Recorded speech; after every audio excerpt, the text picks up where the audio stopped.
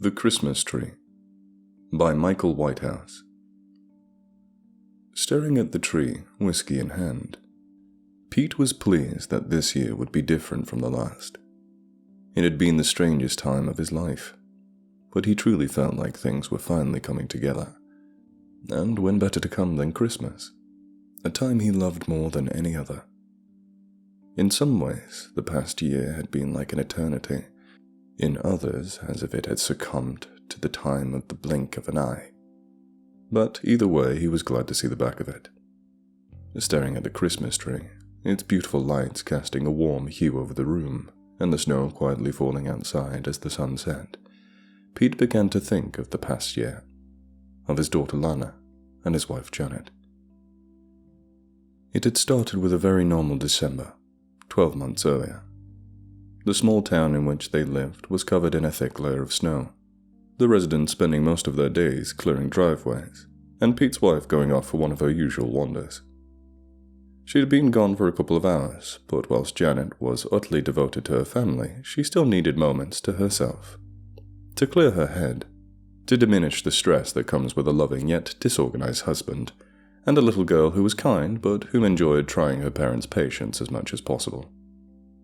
When the tensions of a domestic life clouded her feelings, or began to weigh on her spirits, Janet would wander out of the back door into the fields and woodlands which characterized the entire area, and trek for a while through the pines which dotted the landscape.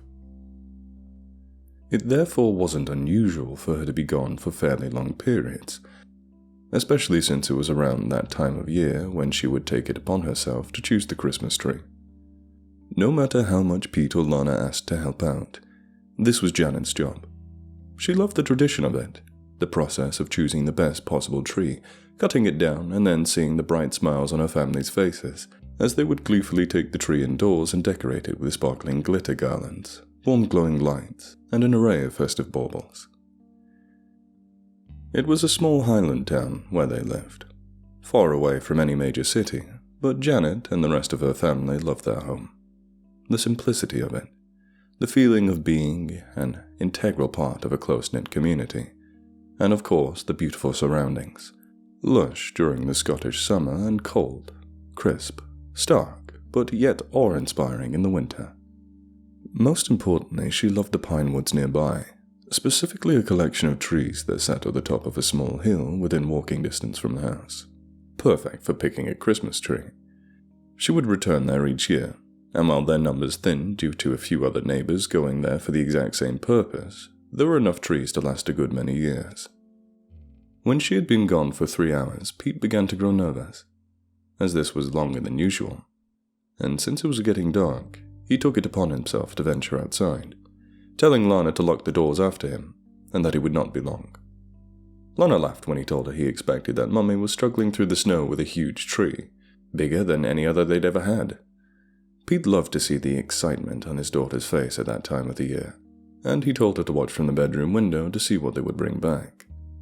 With this, she excitedly ran up the stairs straight to her window before he had to call her back down to lock the door. Gazing at the beautiful tree, he could remember that night like it was yesterday. The snow was crisp on the ground and crunched under his feet as it began to freeze. Small flakes fell from the sky occasionally, but Janet's footprints remained uncovered. Even without them, Pete knew where they would be heading. The hill where Janet returned each year was only a 40-minute hike away. She would pick a pine tree from there. In fact, sometimes she picked 2. One around 6 foot, the other a young tree about half the size, if they could find one suitable. It was difficult at times to find smaller trees as they seemed to be rare in that area. Everyone in town seemed to like the idea of having a small tree in their children's bedrooms. So people would climb up there with an axe and take what they wanted, so there weren't as many at hand. Lana at one time thought it was sad to cut down and kill the trees just for people to look at, but Pete explained to her about tradition and that he was sure more would grow back.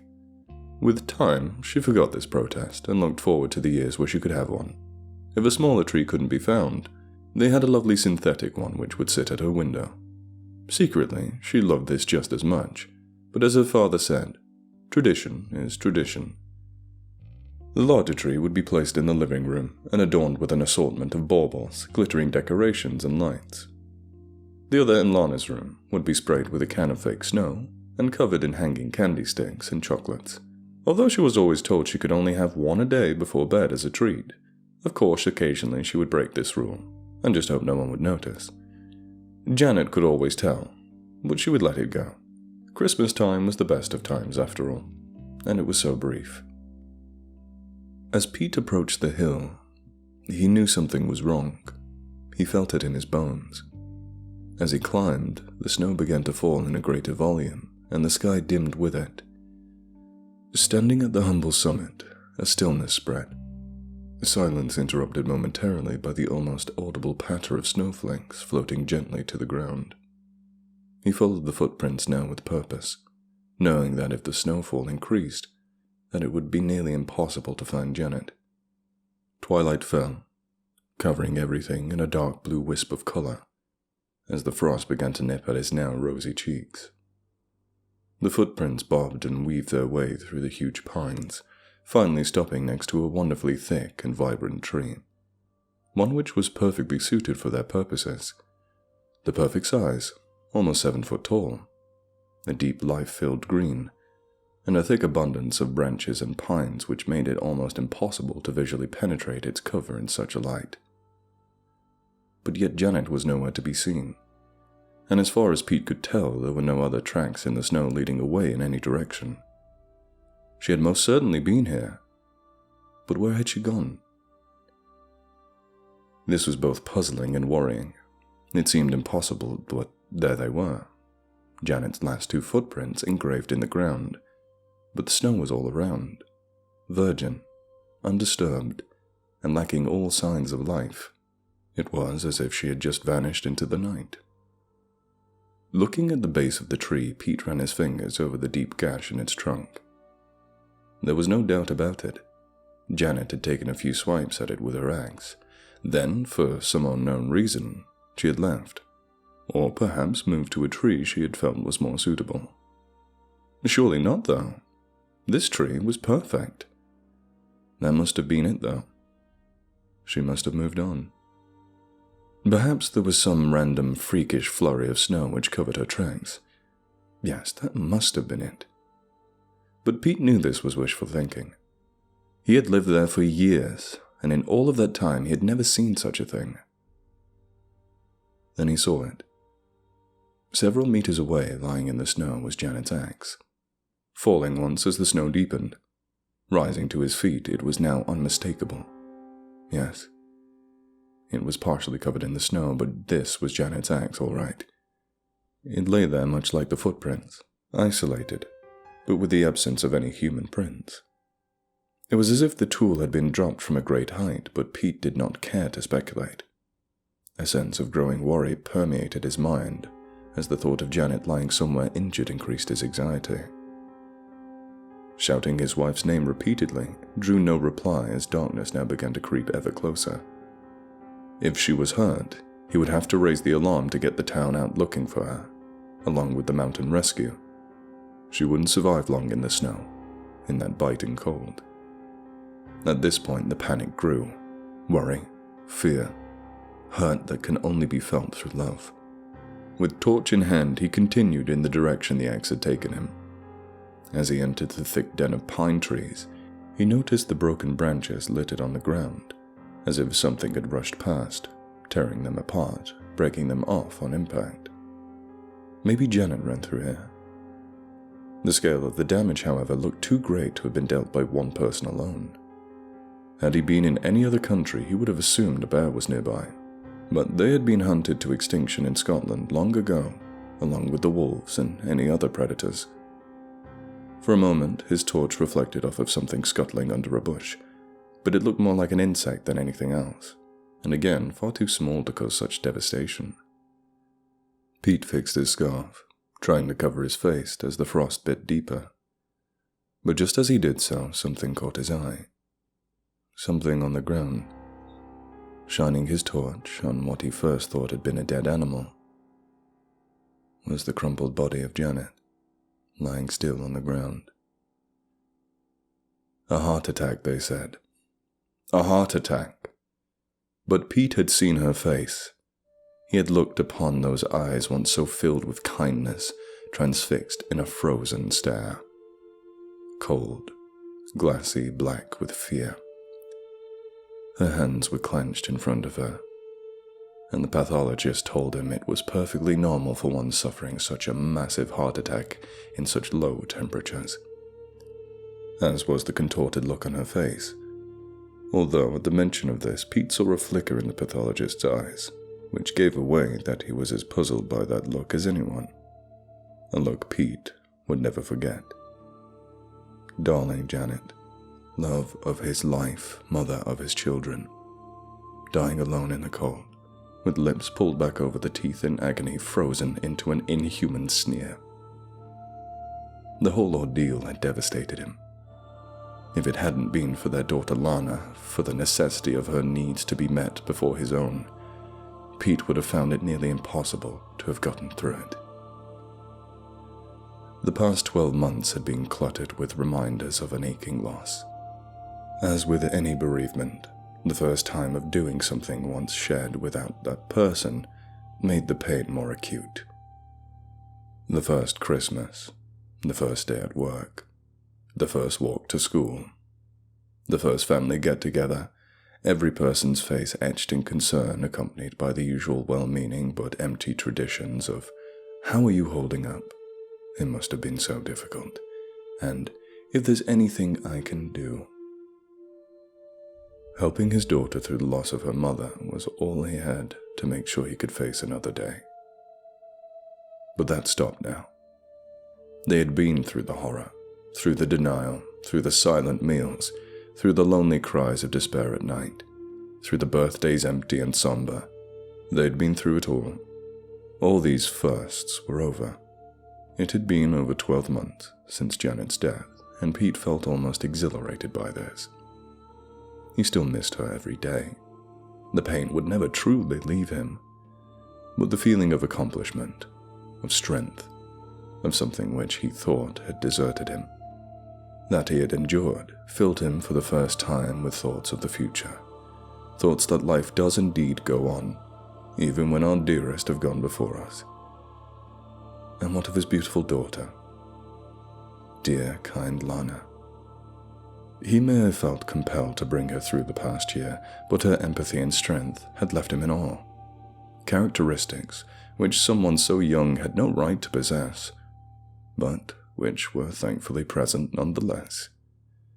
When she had cried, he had been there, and on more than one occasion when he lay sobbing, staring at the empty void of space in his double bed at night, Lana would waken and climb in beside him, and they would both cry together until they fell asleep.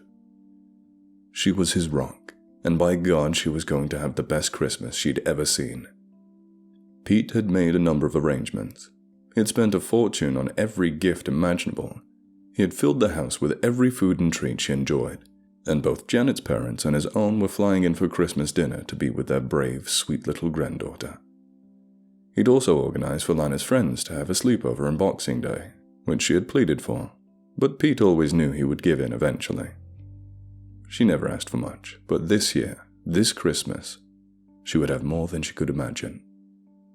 The house was perfect, but there was one thing left to do. One thing that Pete had dreamt of since the night he found Janet's body. She had chosen that tree. It was going to be sitting in their living room, adorned with all manner of decorations. That was its purpose, its very reason for being. Janet never finished cutting the damn thing down. It was in many ways her dying act, and Pete was going to make sure that it was fulfilled. On the anniversary of her death, he wandered through the snow, winding his way through the pines until he stood at the foot of that ominous little hill. The sun shone brightly, and it wasn't as cold as it had been the night Janet had died, but each footstep was accompanied by a sickness in the pit of Pete's stomach. Each stride a morbid reminder of the previous year, and that terrible heartbreak in the snow. Marching to its peak, he first walked to and observed the scene of Janet's untimely death.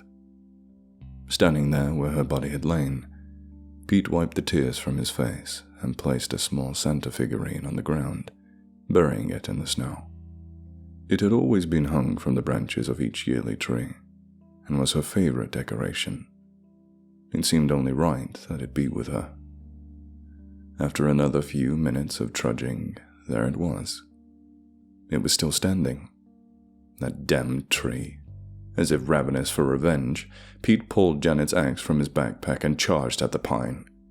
He battered and chopped at the cut which Janet had made the year previous, making it deeper with every slice, with every pound of pressure he could muster.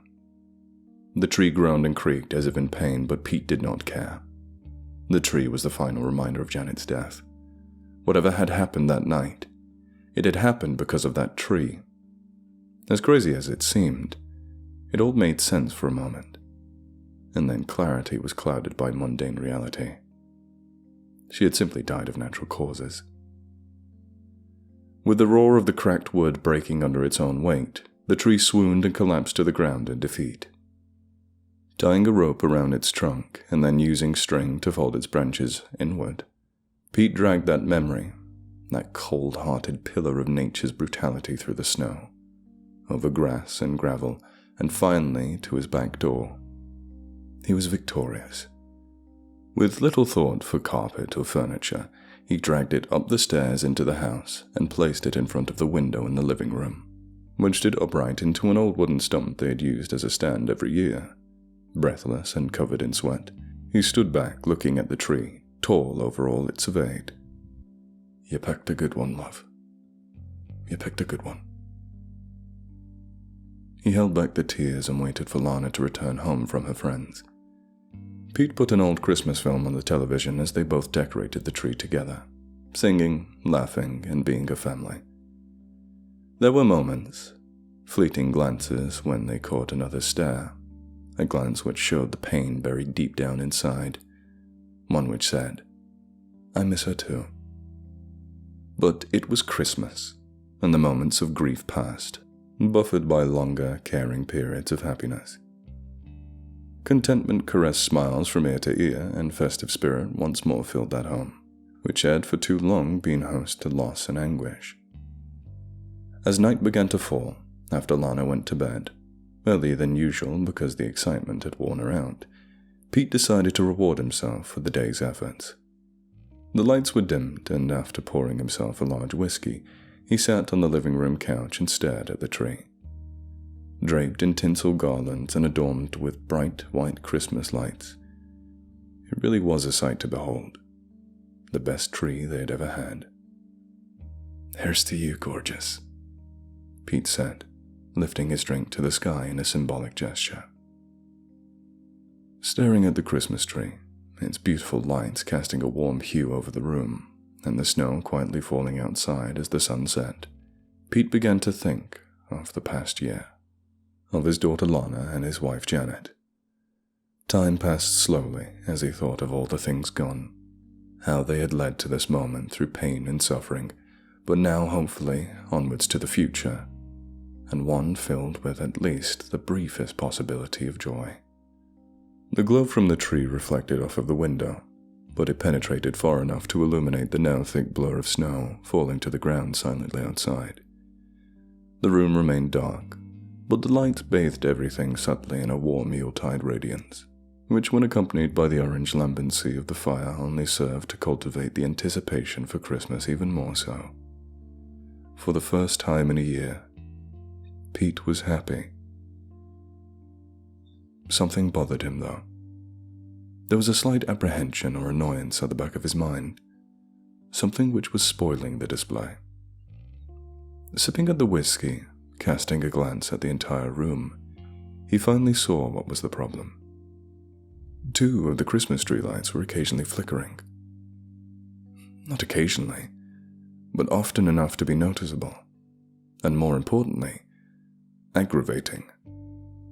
Downing the rest of his drink, Pete rose to his feet, now feeling the aches in his muscles from the effort exerted whilst dragging the thing all the way home from the hill. Walking over to the tree, the lights were indeed flickering. But there was something unusual about them. They seemed deeper than the rest, as if coming from around the trunk, rather than resting on its branches. Again, Pete was struck by how dark the interior of the tree was, that even the presence of the many lights placed upon it he could not peer, or adequately see between the branches. Even the two lights which sat deeper behind the pines did not seem to illuminate the surroundings in any way. The empty glass slipped from his fingers, smashing to the floor. The lights were fine, they were not flickering at all, but the occasional blinking of two eyes amongst the branches had been enough to catch his attention. He froze on the spot, and it was as if the room had somehow grown darker. Something stirred between the pines, between the knotted wood, and the scratched porous surface. Something lived there. A feeling of utter paralysis now took hold, his feet firmly glued to the ground as the two eyes slowly pushed forward, creaking and cracking. A face revealed itself from between the pine-covered branches, as if seeping out from its innermost visceral point. Mold-covered, ancient, its features twisted in rage. Fear began to course through Pete's veins. His heart beat faster and faster as the face moved closer, its eyes devoid of pupils now swamped in a maddening yellow, and from below, the protrusion of two thin, moss-covered legs arcing out from between the branches. With a creak and a snap, it straightened itself, now standing in all of its terrible glory in front of the tree.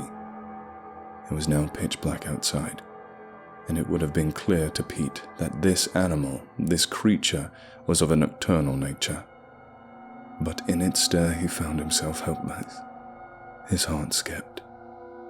First, it was a palpitation, but he could feel its searing pain into his left arm.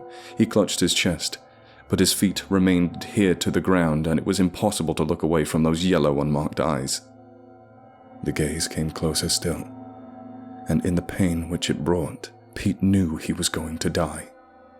To be found like Janet, cold, face contorted, and the second victim of that which lived amongst the pines on that hill. The pain was now unbearable, but the paralysis removed the possibility of a scream. With little light there was from the fireplace now illuminating its head, elongated on the side and pulsating on the other, its face dominated by a large dark hole which appeared in the place of its mouth or nose, one which no light could penetrate. As its boil-ridden head stooped to meet his own, and the hole in its face almost touched his mouth, an involuntary sneer pulled Pete's lips up to reveal his teeth, as his face contorted into an entirely unnatural position. Then that one word, a word so powerful, so pure, that even the most evil of intentions could be dispelled by it. "Daddy?" With a snap of wood, the gargoyle-like creature turned its wide yellow gaze to Lana. Standing at the bottom of the stairs in her pajamas, her scream echoed out into the night. Arms outstretched, its odd-numbered fingers moved with a stutter as its moss-covered legs groaned, carrying it forward in a peculiar, unbalanced motion towards her.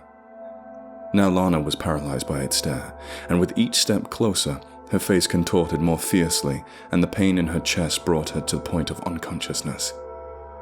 As intense as its ancient gaze was, it was focused. So focused that it did not notice Pete crawling his way across the floor towards the kitchen. The wooden creature's unsure movements made it appear more like a puppet than a thing of autonomous purpose, and as it reached Lana, it cupped her face in its uneven hands and stared wide-eyed and pupilless into her face, tears streaming down her cheeks.